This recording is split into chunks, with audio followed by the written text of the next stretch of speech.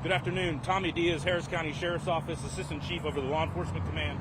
To my right is Major John Nanny, the Patrol Bureau Major over the east side. To my left is Captain Anthony McConnell, Supervisor of the Vehicular Crimes Division. What we're currently doing right now is investigating a fatality crash at about the 12,000 block of the East Freeway. About 4 o'clock this afternoon, deputies initiated a traffic stop for a traffic violation. A pursuit ensued on a high-performance vehicle. The vehicle fled from our deputies. Drove erratically. Our deputies disengaged. The vehicle crashed at the scene behind me, about the 11,800 block. One of the passengers was ejected. Unfortunately and sadly, he did pass away. Currently, what's going on right now is Vehicular Crimes is charting the scene. We have the District Attorney's Office to help us review the scene, and the medical examiner investigators have also arrived on scene in order to conduct their own investigation.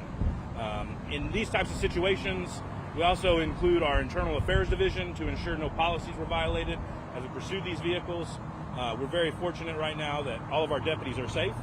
Upon further investigation, it was revealed that the vehicle was stolen out of another agency, and so we're able to recover the vehicle and complete that investigation. It looked like there were several vehicles involved. Yes, there were. When the crash occurred, the suspect vehicle did strike a third party. There was no injuries in that vehicle, and some debris struck another vehicle, and there was no injuries in that vehicle as well. So we're very fortunate that no innocent bystanders or commuters were injured on this particular scene. Talk about the other agency. The vehicle was impounded by another agency, or? Oh no, the vehicle came back stolen upon further investigation. So we'll recover it here. That investigation will continue to see how it was stolen, when it was stolen, and what were the circumstances of that. Forgive me if you spoke about this, but the other three guys that took off, my understanding is two were involved. Two, yes. When the crash occurred, three of the other folks on the vehicle bailed. They took off on foot. We captured two. There is a third suspect that's out. We don't expect that there's any danger to the community.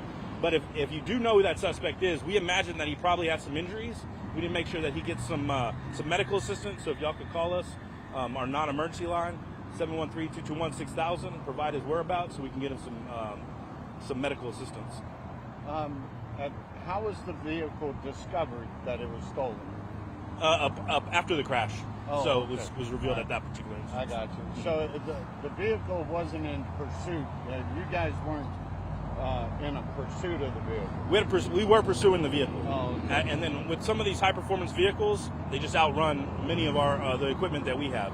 And then in this particular scenario, as you can see, this particular part of I-10 is a construction area. So sometimes we'll disengage, and we'll find them another day. But in this particular instance, the suspect vehicle continued and crashed out.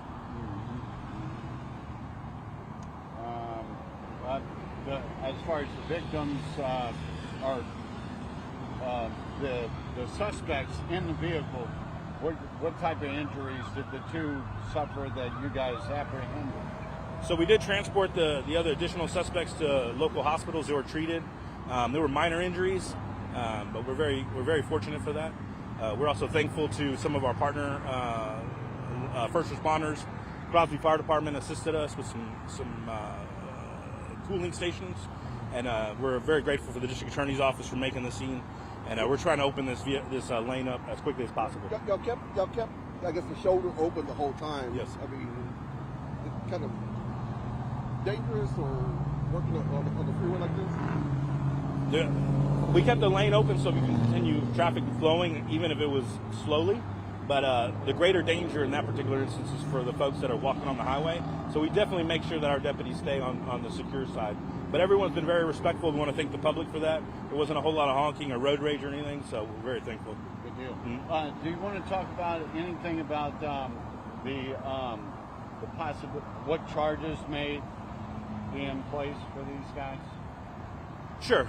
So as the investigation continues, we'll find out who was operating the vehicle. That's key, right? We don't necessarily know the first part, like how the vehicle was stolen or anything like that. But we do know in this particular instance, whoever's operating the vehicle there's if they evade police and there's a death, there's a penal code violation for that. And so the investigators will work with the district attorney's office to find the appropriate charge. What is going on with today, man? Why is this so busy? We're hopping to one scene after another.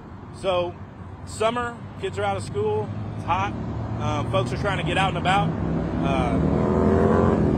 Just imagine it's Saturday, a lot of people aren't at office, so I don't think that it's unusual in particular right now. But we're fortunate that we have a lot of you guys out here helping us make the scenes too. Right. Thank you. God bless y'all. Thanks.